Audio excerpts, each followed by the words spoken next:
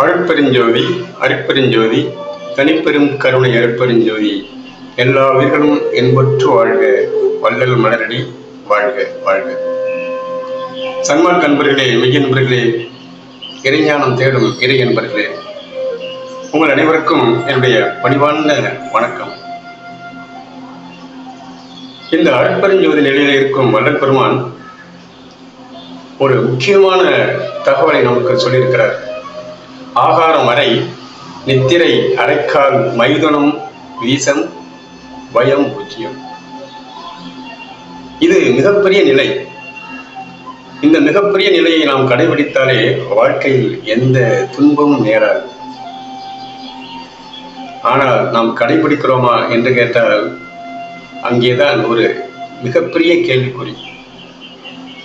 நாம் பழக்கத்திற்கும் வழக்கத்திற்கும் இடையிலே மாட்டிக்கொண்டு உலகியல் வாழ்விலே இயங்கிக் கொண்டே இருக்கிறோம். அதனாலே இந்த வள்ளல் பெருமான் சொல்லக்கூடிய ஒரு பெருநிலையை நம்மால் அடைய முடியவில்லை. இந்த ஆகாரம், நித்திரை, மைதுனம், பயம், இந்த நான்கையும் முறையாக அவர் சொன்னபடி கேட்டு நாம் நடந்தோமேயானால் நோயற்ற வாழ்வு, நிறைவான மனநிலை, ஒரு பேரின்ப பெருநிலை இது ஏற்படும். ஆனால் நம்ம செய்கிறதா இல்லை. இதை யாரைக்கு குறை சொல்ல முடியும்? மகான் சொல்வதை, குரு சொல்வதை நாம் ஏற்க வேண்டாமா? அவருடைய ஞான அறிவை பற்றி நாம் பாருங்க.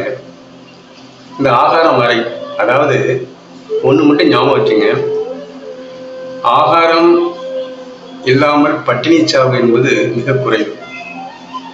ஆனால் பேருணவு என்று சொல்லக்கூடிய மிகு உணவு உண்ணும் போது நோய் என்கின்ற நிலை, அதாவது உடல் முழுவதும் நோய் வர முதல் காரணமே ஒரு இந்த பெருந்தீனி தான்.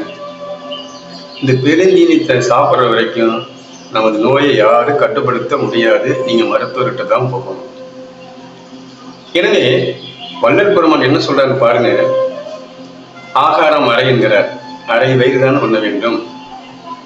அது எப்படி உண்ண வேண்டும் என்பது உங்களுக்கு தெரியும். எத்தனை மணிக்கு உண்ண வேண்டும் என்பது சன்மார்க்க நண்பர்களுக்கு தெரியும். இருந்தாலும் ஒரு அவருடைய ஞான அறிவு பாருங்க. என்ன சாப்பிட சொல்றாரு? துவரம்பருப்பு, மிளகு, வெந்தயம், சீரகம், அப்புறம் சீரக சம்பா, இது போன்ற ஒரு சுத்த உஷ்ண நிலையில உள்ள ஆகாரம் தான். அதே மாதிரி காய் பார்த்தீங்கன்னா கத்தரிக்காய், முருங்கைக்காய், அவரைக்காய், பேயன் வாழைக்காய், நிறைய காய் சொல்றாரு. தூதுவளங்கள் நிறைய காய் சொன்னாலும் இந்த ஒரு சில காய்களை தான் அவர் திரும்ப உயர்ந்த நிலைக்கு சொல்றாரு.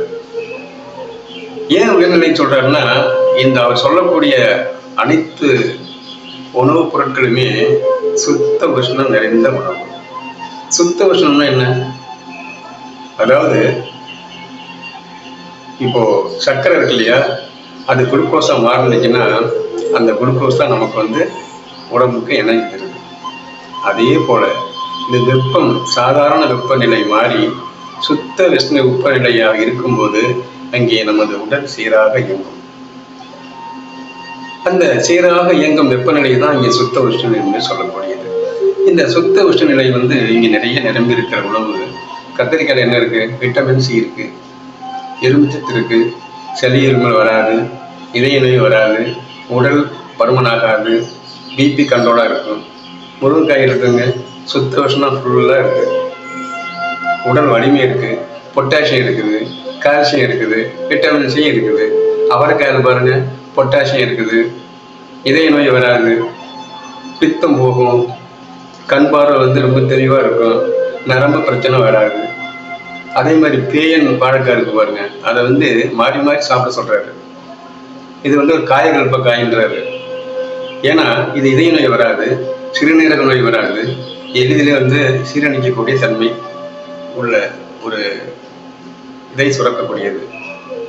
பாருங்க எவ்வளவு அழகா இந்த உணவு அவர் பகுத்து தொகுத்து தரும்போது ஒவ்வொன்றையும் ஆராய்ச்சி நிலையிலேயே, ஞான ஆராய்ச்சி நிலையிலேயே சொல்லியிருக்காரு. புரியுதுங்களா? இந்த உணவு செரிமானம் ஆவதற்கு 9 மடங்கு சக்தி விரைங்கிறாரு. அதிக உணவு செரிமானம் ஆவதற்கு. இது எப்படின்னு கேட்டீங்கன்னா, அடுத்த நிலைக்கு மைதானம் வரும்போது 1 பங்கு சக்தி விரையும்னா உணவு செரிமானத்திற்கு 9 பங்கு. இது உங்களுக்கு ஒரு கம்பாரிசன், அதாவது ஒரு அளவுகோலுக்காகத்தான் நான் சொல்றேன் உங்களுக்கு. புரியுதுங்களா? எனவே ஒவ்வொரு உணவும் வந்து உங்களுக்கு வரையறுக்கப்பட்டு தெளிவாக கொடுத்திருக்கிறாரு நம்ம வள்ளல் பெருமான். ஆகாரம் அறை, அதே போல நீரை எப்படி அருந்த வேண்டும், நீரை சுருக்க சொல்றாரு. நீரை சுருக்குன்னா காய்ச்சி தான் குடிக்கணுங்கிறாரு. இதை பற்றி தெளிவாக இன்னொரு பதிவில் நான் பதிவு செய்கிறேன். இப்போது ஆகாரம் அறை, நித்திரை வந்து அரைக்கால், மைதனம் வீசம், பயம் பூஜ்யம் என்ற நிலையிலே மட்டும் ஒரு ஆராய்வோம். இது ஒரு தெளிவு நிலைக்காக நிலையில சொல்றது. எனவே உணவு குறைக்கப்பட வேண்டும், அரை வயிறு தான் உணவு உண்ண வேண்டும். அடுத்து மைதனம் வீசம்.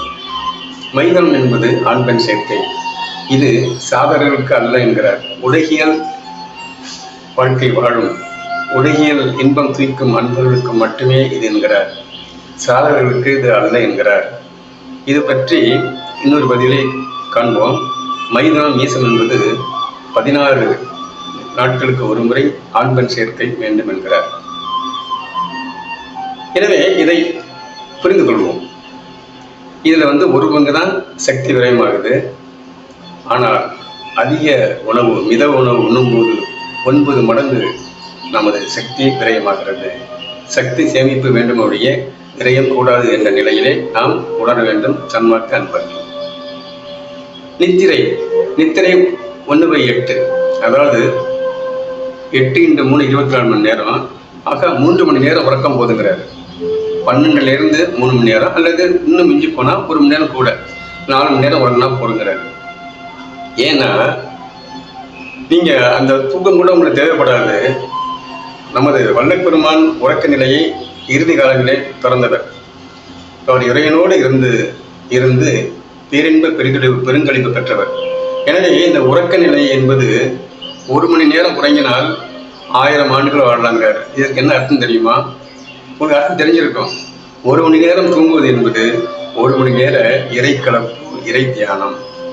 நீங்க 1 மணி நேரம் தியானம் பண்ணீங்கன்னா ஒரு நாளைக்கு 1000 வருஷங்கள் வாழலாங்கன்னா அந்த தியானத்தின் மகிமையை உணர்த்துவதற்காகத்தான் இங்கே 1 மணி நேரம் உறங்குவது என்பது இங்கே குறிப்பிடப்படுகிறது வள்ளல் பெருமானால். எனவே இதை நீங்க புரிஞ்சுங்க. தியானம் பண்ணுங்க. தியானம் பண்ணிட்டு தான் இருப்பீங்க. இருந்தாலும் ஒரு வள்ளல் பெருமான் கூறியதை இங்கே நான் கூறுகிறேன். அவ்வளவுதான். நீங்கள் தியானம் செய்யவில்லை என்று நான் உங்களை குறை சொல்லவில்லை. எல்லோரும் தியானம் செய்கிறோம். ஆனால் அந்த தியானத்தை வள்ளல் பெருமானோடு இணைந்து இறைக்கலப்பு பெற்று செய்தால் நமக்கு இன்னும், அதாவது அந்த ஜீவநிலை இருக்கும், சக்தி நிலை ஓங்கும். எனவே நித்திரை 3 மணி நேரம். பயம் பூஜ்யம் என்கிறார். பயம் என்பது என்னங்க? பயம் என்பது மரண பயம். மரணம் வந்துவிடும் பயப்படுகிறோம். ஆனால் மரணம் வந்துதான் தீரும் என்றால் வந்துதான் தீரும். ஆனால் மரணமற்ற பெருவாழ்வு வாழும் நமது வள்ளல் பெருமான் மரணம் கடக்க வேண்டும் என்றால் பயம் பூஜ்யமாக இருக்க வேண்டும். அந்த பயம் பூஜ்யமாக இருந்தால் பயமற்ற நிலை யாருக்கு வரும்னு கேட்டீங்கன்னா, இறைவன் என்னோடு இருக்கிறான், இறைவன் என்னோடு கூட பயணிக்கிறான் என்ற நிலை வரும்போது, அந்த அன்பும் கருணையும் ஜீவ இறக்கமும் கொண்ட இறைவன் நம்மோடு இருக்கும்போது அங்கே பயம் அற்ற நிலை, தெளிவான நிலை உண்டாகும். இறைவன் என்னை பார்த்துக் கொள்வான் என்கின்ற நிலை. நான் வேறு இறைவன் வேறு என்ற நிலை மாறி நானும் அவனும் ஒன்றே என்ற நிலை, அந்த கலப்பு நிலை வரும்போதுதான் பயம் நம்மை விட்டு அற்று போகும், நீர்த்து போகும், ஒன்றுமே இல்லாமல் போகும். எனவே அவர் பாருங்க எங்க கொண்டு வைக்கிறார் பாருங்க. ஆகாரம் நீ குறைச்சி சாப்பிட்டீங்கன்னா நித்திரை குறையும், நிச்சயமா குறையும். நீங்க நிறைய சாப்பிட்டீங்கன்னா தூக்கம் வரும், பாதி பேர் சாப்பிட்டீங்கன்னா தூக்கம் குறையும். அப்போ அது ஆட்டோமேட்டிக்கா குறையுதா? அடுத்து மைதனம் எப்போ உங்களுக்கு அது இதாகுதுன்னு கேட்டீங்கன்னா, உணவு அதிகமாக எடுக்கும்போது சுக்லம் அதிகமாக உற்பத்தியாகும். எனவே அந்த சுக்கர உற்பத்தி அதிகமாக செல்லும் போது அங்கே மைதனம் உங்களுக்கு அதி விருப்பமாக இருக்கும். ஆக ஆகாரம் என்பது மூலம், அதன் மூலம் நித்திரை குறைகிறது. நித்திரை மட்டுமல்ல, மைதனமும் குறைகிறது. அந்த மைதனம் குறைந்து உங்களுக்கு காந்த எழுச்சி பெறும்போது இந்த உயிர்நிலை நிலையாக இருக்கும்போது அங்கே மரண பயம் பூஜ்யமாகிவிட்டது. இப்போ இது என்ன தெரியுது? ஆகாரம் என்பதுதான் மூலம். ஆகாரம் இல்லாமல் நமது உடல் இயங்காது என்பது தெரியும். ஆனால் இந்த ஆகாரம் என்பது சக்தி நிலை கொண்டு, அதாவது முக்கியமான எனர்ஜி தரக்கூடிய நிலையிலே நமது வள்ளல் பெருமான் வகுத்திருக்கிறார். இந்த ஆகார நிலைதான் நமக்கு மூல நிலை. இந்த ஆகார நிலை என்கின்ற நிலையை நாம் உணர்ந்து கொண்டோமேனால் நித்திரை குறைந்துவிடும். நித்திரை மட்டுமல்ல, மைதானமும் நமக்கு கட்டுக்குள் இருக்கும். பயம் என்பது அற்றே விடும். சன்மார்க்க அன்பர்களுக்கு பயம் என்பது இருக்காது. ஏனென்று கேட்டால் அவர்கள் ஒருவரும் ராமலிங்க அடிகளோடு இணைந்திருக்கிறார்கள், அருட்பெருஞ்சோதியோடு இணைந்திருக்கிறார்கள். அந்த அருட்பெருஞ்சோதியோடு இணையும் போது நமக்கு பயம் என்பது பூஜ்யமாகத்தான் இருக்கும். எனவே இந்த பதிவிலே ஆகாரம் அறை, நித்திரை அரைக்கால், மைதுனம் வீசம், பயம் பூஜ்யம் என்ற நிலையிலே நாம் வாழ்ந்தோமையானால்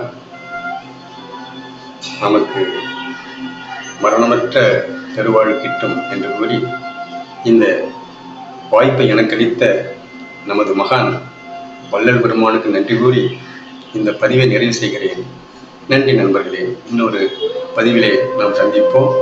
அருட்பெருஞ்சோதி அருட்பெருஞ்சோதி, தனிப்பெரும் கருணை அருட்பெருஞ்சோதி. எல்லா உயிர்களும் என்புற்று வாழ்க. வள்ளல் மலரடி வாழ்க வாழ்க. மீண்டும் சந்திப்போம். நன்றி.